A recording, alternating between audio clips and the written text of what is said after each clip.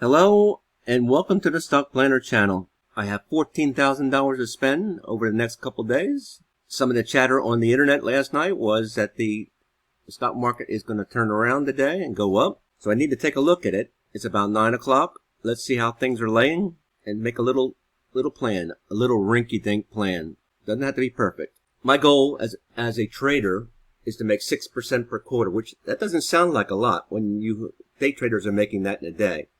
But they also lose in a day. So I'm trying to make 6% per quarter consistently. In my trading edge, I know how to use various different tools that are on the internet. Most of them are free. These tools I use every single day. I'm a swing trader and a risk taker. Swing trading looks for the tops and bottoms of a market and then taking the trend between it.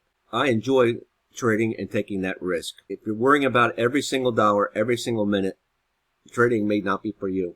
But swing trading eliminates and reduces some of the risk. When you're waiting to invest your money, like I am now, for high probability trades, that's when you can win big. But you have to learn it, and that takes time. While swing trading, you don't need to be in front of your computer every single minute. It is still hard work. I have a business, so I need to be away from the business, so swing trading fits my lifestyle. Be a risk taker, take a chance, learn it, and learn for a lifetime. Let's check out the news. I have a blog, Stock Planner, and basically it's my journal. So when you hear about the tips to make yourself more consistent, it always says keep a journal, and this is my journal. But also I have a little tab called News, where I have the links of the various different news things I like to read, and I always start my morning with investing.com. I have Baidu. A lot of people are short in Best Buy and beyond. Best Buy beats sales estimates. Barchart.com has good news. Stock indexes stabilized. We'll check that in a minute. U.S. futures point higher after Fed comments that caused the market to decline. That was Friday, and it didn't look too good yesterday either. It was kind of erratic. I usually read the news throughout the day. Now I want to look at FinViz, which is another free tool. This is what happened yesterday. The Dow started low and went up and then dropped at the end of the day. NASDAQ dropped and then went up in midday. And so did the SP500 and then dropped later in the day. I'm overall short, and I did quite well with my short positions. Between 9 and 9:30, that's why the heat map was turned off in the previous screen. But here's the future screen, and it's looking like it's going to be a positive day for all three indices. Lots of red yesterday, and for the week, energy seems to be performing well. I haven't been doing well with energy. As soon as I invest, it goes down, and as soon as I sell, it goes up. My life story sometimes. Let's look at some charts, and I like to use Tradingview. It's free, mostly free. Not a lot of things turned off. So if you're a beginner, Tradingview is a good tool to start out with. Now, I'm a swing trader, and I'm looking for these bottoms and tops of the market. Looking at the US 500, and it seems like it's going up a bit. This is the zigzag indicator. It's a perfect indicator. It shows you the tops and bottoms perfectly, but it does it by looking to the future data and then repaints itself to be perfect.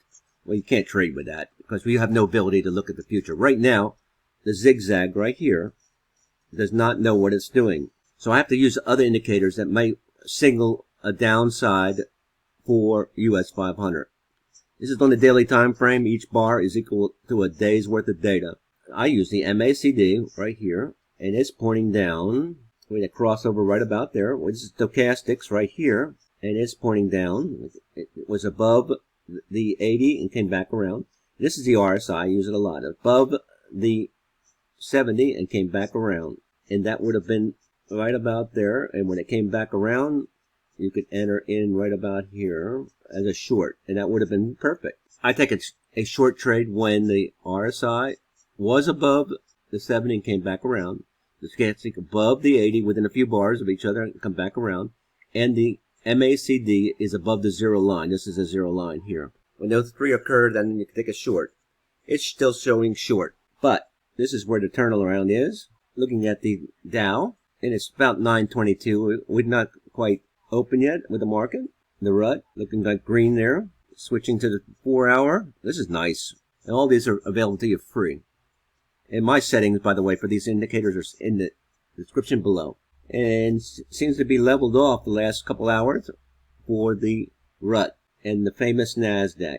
Look at that drop. And it seems like it wants to come back around. And it is up a bit. Let's find a stock. I have a watch list of the stocks that I currently use. And I have a tool that does this automatically. I've written in Omnibrook, which is another tool.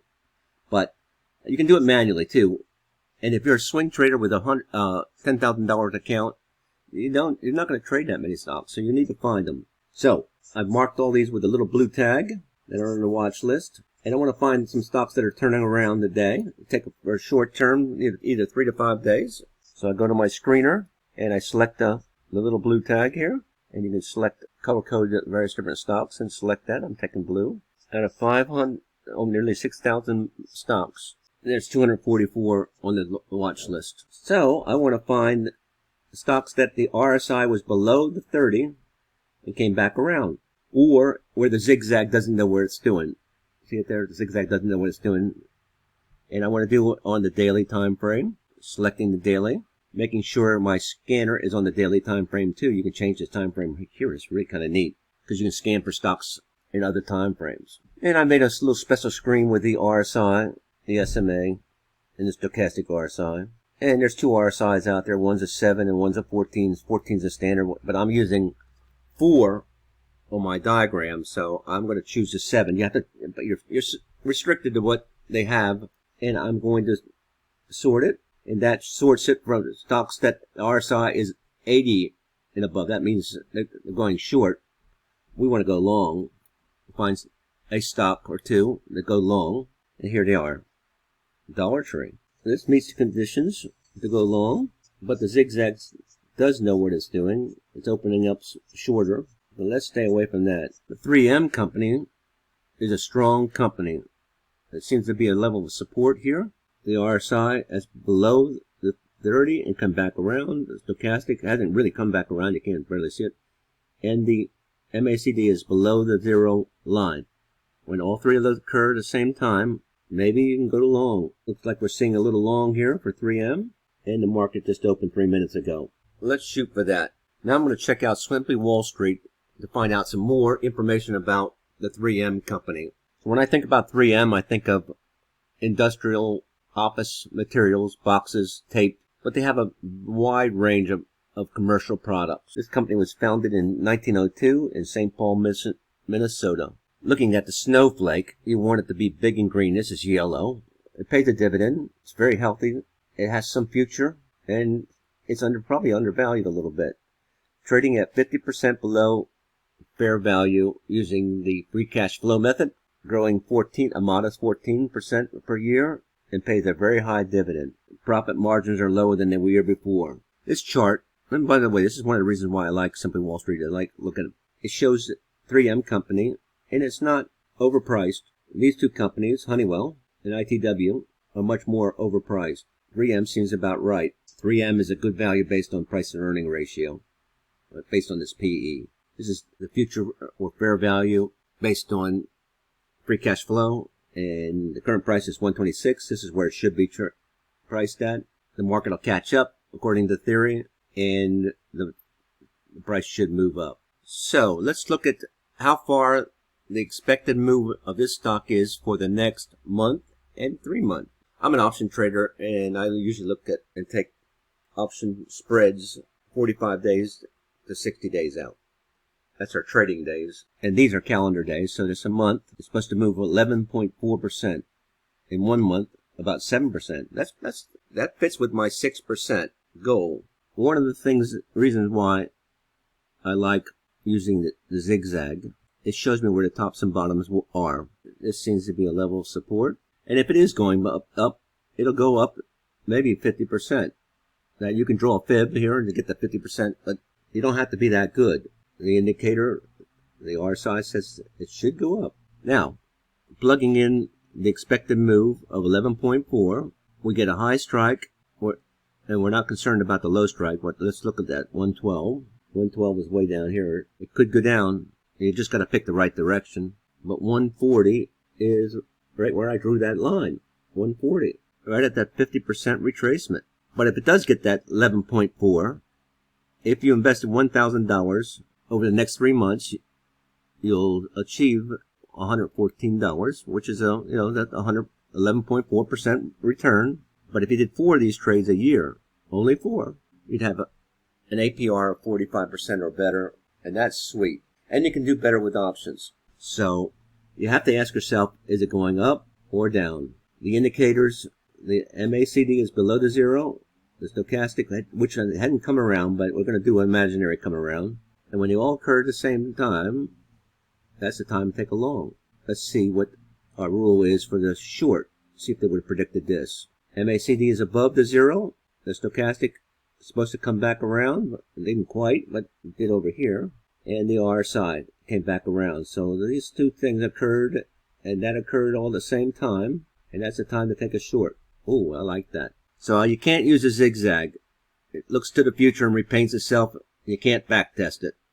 But you can back test these 3 indicators, the MACD, the stochastic, RSI, and the RSI. Again, my settings are in the description below. What do you think of this trade? Leave a comment below. I want to tell you I have a Discord. It's free. Mostly free. There's a level 2 where it has the 3-bar indicator strategy and a few other trade lists. But the free level does have a watch list printed out every couple hours, and it shows the MACD, the RSI, and the stochastic RSI when they cross over. And then you have to decide if they all occur at the same time, which they often do. But there's some trade ideas there. And there's another list out there that's in the free area. It's showing whether a stock is trending up or trending down. And we can find 3M here. And as you remember the chart, it was definitely a downtrend. And it's been a long-term downtrend. Is it going to reverse itself? I'm thinking it might. Check out my free Discord. So what's my plan of attack? What's changed in the market? We still have inflation. We still are facing recession. The stock market seems to go up a little bit today. I'm going to pick a stock that's strong, which I chose the 3M company. I have a routine, a methodology that I go out and find stocks. I've analyzed it, looked at the expectancy of the stock, and decided that there's enough meat on the bone for me to go out and make a trade. As a swing trader, you need to take some actions. You need to learn this stuff. You need to paper trade. You need to do your own due diligence. You need to read. And I think if you did all that, you could win for life. Hey, let's like what you're doing. Happy trading. We'll catch you on the flip.